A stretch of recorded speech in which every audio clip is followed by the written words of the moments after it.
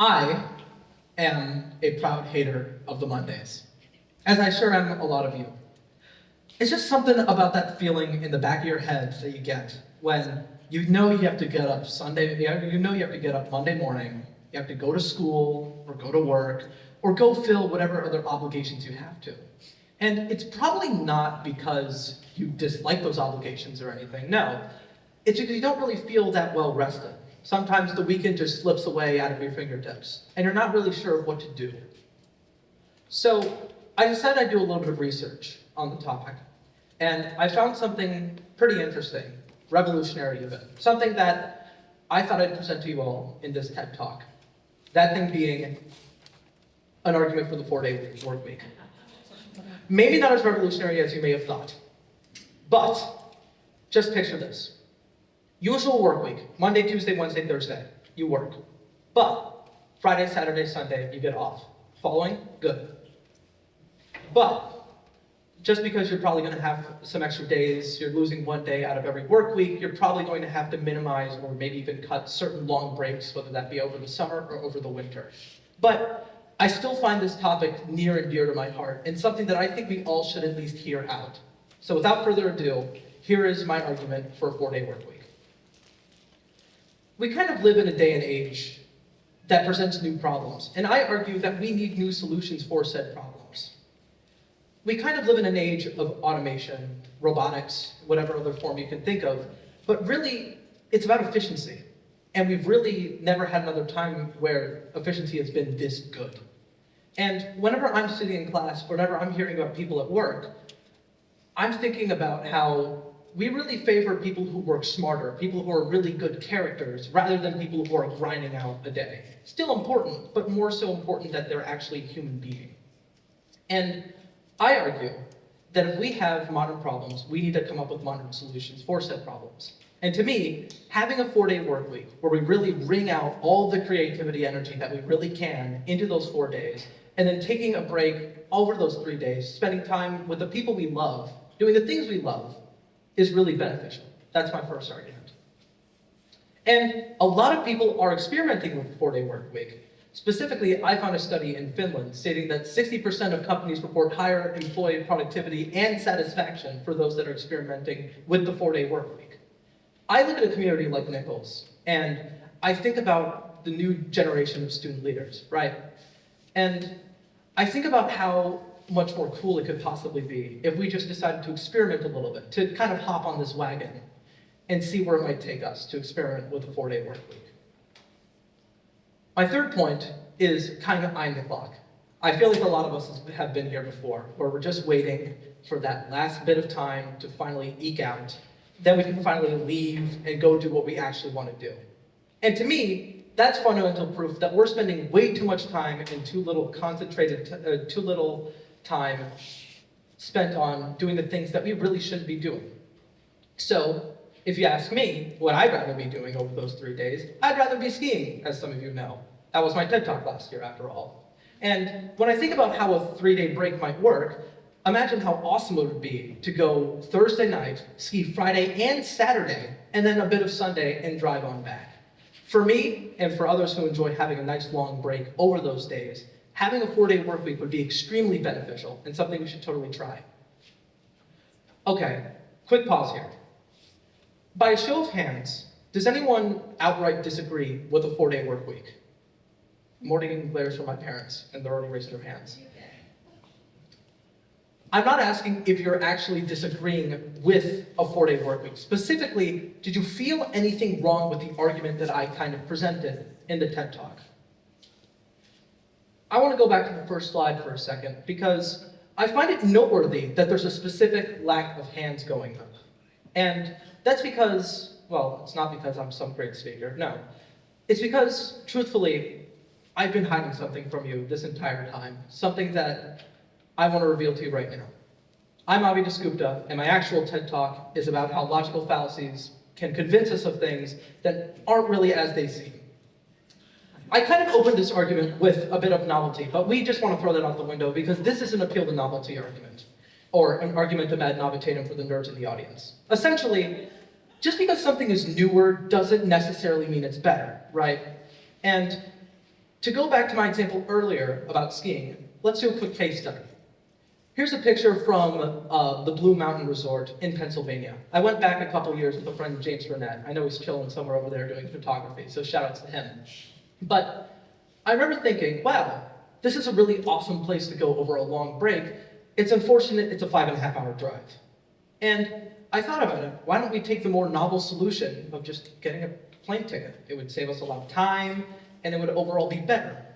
But the more I thought about it, I also saw a lot more problems with that. I mean, plane tickets are a lot more expensive, especially if you're bringing your skis with you. You can also have issues with scheduling, things can cancel, things can get delayed, and at times it can cause more problems than it does good. Just because something is new doesn't necessarily mean that it's better.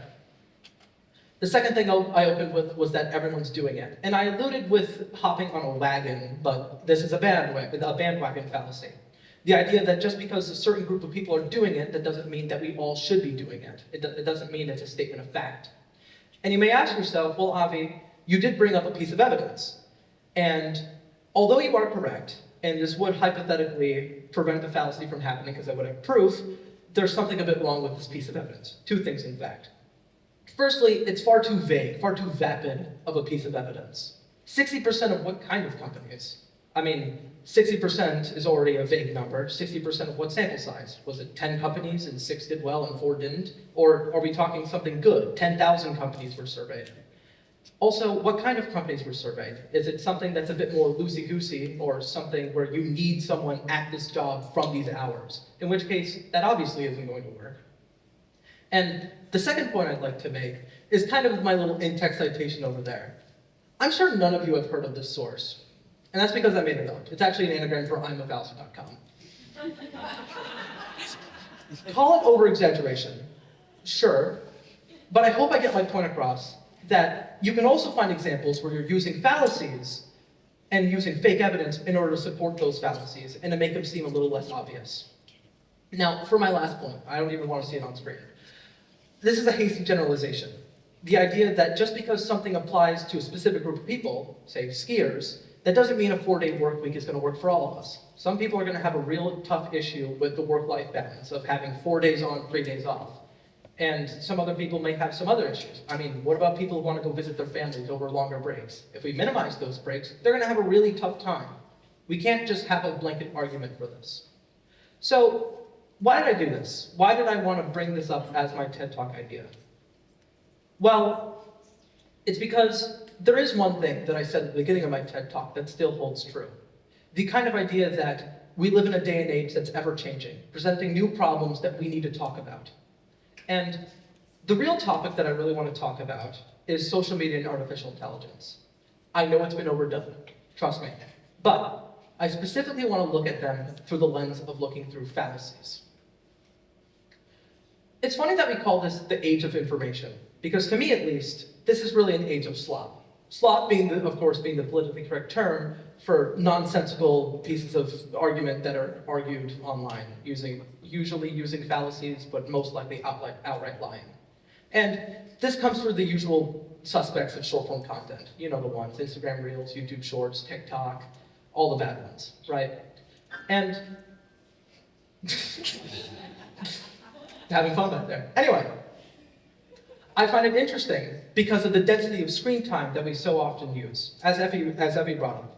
Even if you're doing a really good job, only limiting yourself to watching YouTube for 1 hour out of a day. If you look at me, someone who's getting new information from school from 8 to 3 o'clock, that's still a solid 7 hours of information. On the other hand, you can also look at it from 1/8 of the information that I'm getting from that day, just because of that 1 hour I'm spending on YouTube, I'm getting from God knows where. And when you slowly bring that up and you realize I'm doing that every single day for the past 17 years of my life, it starts to become quite concerning. And I want to show an example of what some of this slop might look like. Now, you don't have to read all that, I'll kind of summarize all of it. This person is saying something about getting free energy, weather modification, or some other omen or prognostication, because on New Year's Eve, there was a lightning strike that hit the Empire State Building, the State Capitol Building, and the Washington Monument all on the same night. The inner physics nerd inside of me could ramble on for hours about how obvious this is. I mean, free energy is just a silly topic. Energy is conserved, and lightning would just hit the tallest point of a building because that's what lightning does. And I don't want to go into that. I specifically want to focus on this image up on the right. Specifically, they try to make the claim that this is the Empire State Building, but I find it so deeply hilarious that it's the One World Trade Center. So not only are they wrong, they're also stupid. And I wish I had a neat point of critical thinking, kind of that we all need to look at the information carefully and examine it with an eyeglass, but really, you don't even need 20/20 vision to see that that last post was just nonsense, right?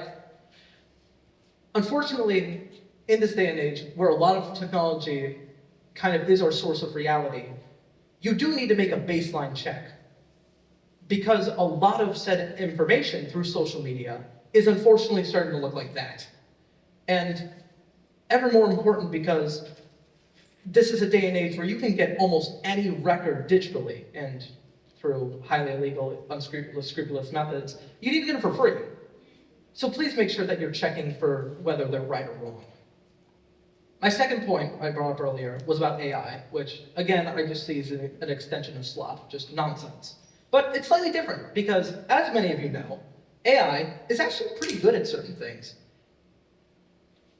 The other things, calling it dumber than sand is an insult to sand.